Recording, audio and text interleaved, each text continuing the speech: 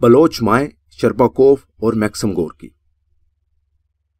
اقتدار کے اختیار اور فرد کی آزادی کی جدلیات سے معاشرے کی سمت متعین ہوتی ہے۔ مجھے ہم وطن بلوچ بہن بھائیوں پر اسلام آباد میں ٹوٹنے والی افتاد پر بات کرنا ہے۔ بیرون ملک زیر تعلیم کامنی مسعود ان بلوچ ماؤں کے بارے میں بے چین ہو رہی ہے جو 20 دسمبر کی شام تربت سے 1965 کلومیٹر سفر کر کے اسلام آباد پہنچی تھیں۔ جوان اولاد کو یہ سمجھانا مشکل ہوتا ہے کہ سیاست، ریاست اور جرم کے دھارے ہر جگہ اور ہر زمانے میں ملتے اور جدا ہوتے رہتے ہیں۔ صرف یہ یاد دلایا کہ وہ جہاں بیٹھی ہے وہاں فلسطینی ماؤں اور بچوں کے بارے میں بات کرنے پر پہرے ہیں۔ تیرے آزاد بندوں کی نہ یہ دنیا نہ وہ دنیا۔ گزشتہ مہینے 20 نومبر کو تربت میں 24 سالہ بلاج بلوچ گرفتار کیا گیا۔ اہل خانہ کے مطابق بلاج بلوچ 29 اکتوبر کو حراست میں لیا گیا تھا۔ 23 نومبر کو حکام نے دعویٰ کیا کہ بلاج بلوچ کی نشاندہی پر ایک چھاپے کے دوران وہ 3 ساتھیوں سمیت مارا گیا ہے۔ اہل پاکستان ایسے چھاپوں میں زیر حراست ملزموں کی خلاقت خوب سمجھتے ہیں جن میں سرکاری اہلکاروں کو خراش تک نہیں آتی۔ اسی کا ایک زاویہ یہ ہے کہ مغربی سرحد پر دہشت گرد حملوں میں 2 طرفہ ہلاکتوں کی تعداد قریب برابر ہوتی ہے۔ تربت کی عدالت کے حکم کے باوجود متعلقہ اہلکاروں کے خلاف کوئی کارروائی نہیں کی گئی۔ بدھ کی شام 50 خواتین سمیت 80 افراد اسلام آباد پہنچے جہاں انہیں کوئی اپنے لوگ قرار دینے پر تیار تھا اور نہ ان میں کرنسی نوٹ تقسیم کیے گئے۔ اس احتجاج کی رہنما مہرنگ بلوچ کے لاپتہ باپ عبدالغفار کی مسخ شدہ لاش 2011 میں ملی تھی۔ رات گئے احتجاج کرنے والے غیر مسلح شہریوں پر حلہ بول دیا گیا۔ لاٹھی چارج اور آنسو گیس کے علاوہ دسمبر کی سرد رات میں پانی پھینکا گیا۔ درجنوں شہری گرفتار ہوئے۔ آج اسلام آباد کے مطابق یہ کارروائی نگران وزیر اعظم کے حکم پر کی گئی۔ بعد ازاں بیشتر گرفتار افراد کو رہا کر دیا گیا، تاہم کوئی 20 بلوچ نوجوان اب بھی لاپتہ ہیں۔ پاکستان کا کوئی شہری غیر آئینی مطالبوں کی حمایت نہیں کرتا، لیکن ریاست کی غیر قانونی کارروائیوں کی تائید کیسے کی جائے؟ 52 سالہ نگران وزیر اعظم انوار الحق کاکڑ قابل رشک فصاحت سے وطن دشمن عناصر اور ریاستی اختیار کا تعلق بیان کرتے ہیں، لیکن شاید انہیں ڈاکٹر شازیہ خالد کے سانحے کے حقائق استحصار نہ ہوں۔ صرف یہ یاد دلانا ہے کہ مارچ 2005 میں شازیہ خالد اور اس کے شوہر کو وطن چھوڑنے پر مجبور کرنے والے 2 صحافیوں میں سے ایک کو جون 2000 میں برطانوی حکام نے ملک بدر کرنے کا حکم دیا تھا اور دوسرا مبینہ صحافی امریکہ میں منشیات کے دھندے میں ممکنہ 25 سال قید سے بچنے کے لیے پاکستان بھاگ آیا تھا۔ قومی شرمساری کی یہی حکایت بالآخر 26 اگست 2006 کو اکبر بگٹی کی ہلاکت پر منتج ہوئی۔ تب سے بلوچستان کی وفاقی اکائی عدم استحکام کا شکار ہے۔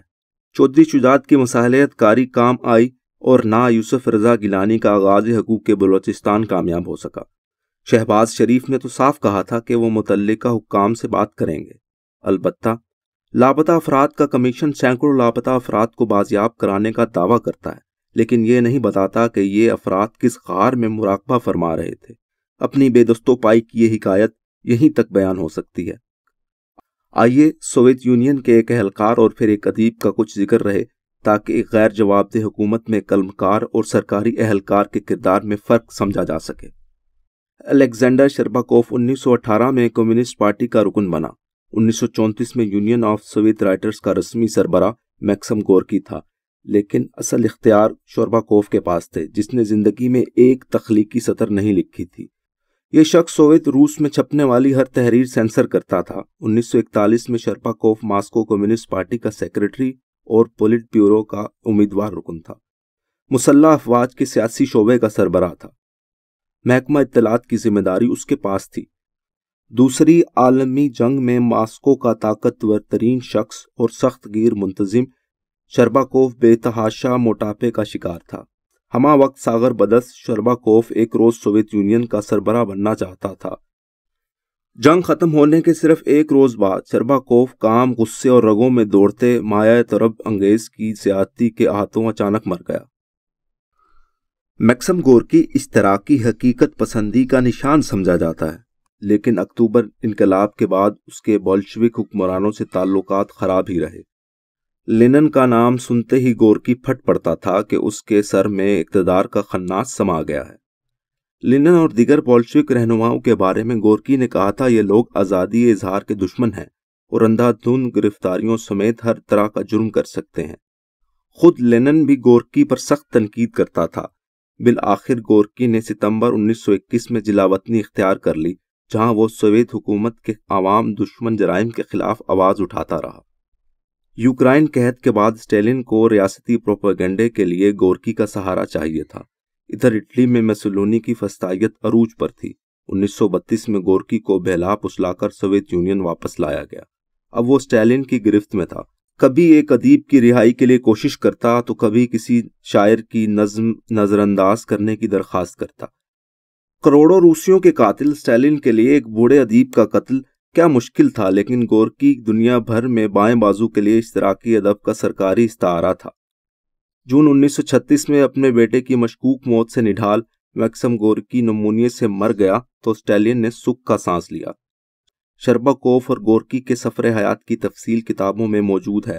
ہمیں صرف یہ جاننا چاہیے کہ ہمارے ملک میں شرباکوف کون ہے اور میکسم گورکی کون ہے۔ واضح رہے کہ میں نے محمد حنیف کا کوئی ذکر نہیں کیا۔